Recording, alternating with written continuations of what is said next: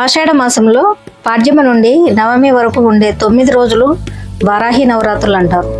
అలాంటి నవరాత్రుల్లో అమ్మవారి దర్శనం ఎక్కడ ఎలా చేసుకోవాలని అనుకుంటున్నారా? మన హైదరాబాద్లోనే దిల్సుఖ్ నగర్ కొత్తపేటలో వారాహి ప్రత్యంగిరా దేవి టెంపుల్ ఉంది.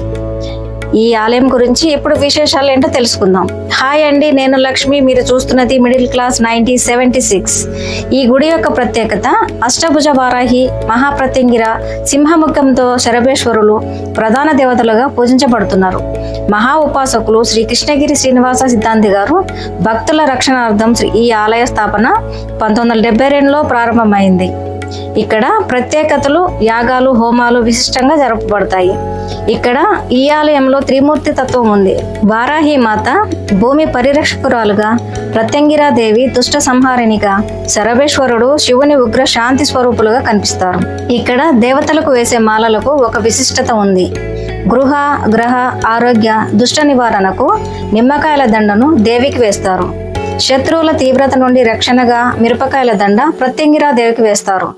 పసుపు అనేది శుభానికి, శుద్ధికి, ఆరోగ్య పరిరక్షణకి, స్త్రీ శక్తికి సంకేతము కాబట్టి పసుపు కొమ్ముల మాలను వారాహిదేవికి అలంకరిస్తారు.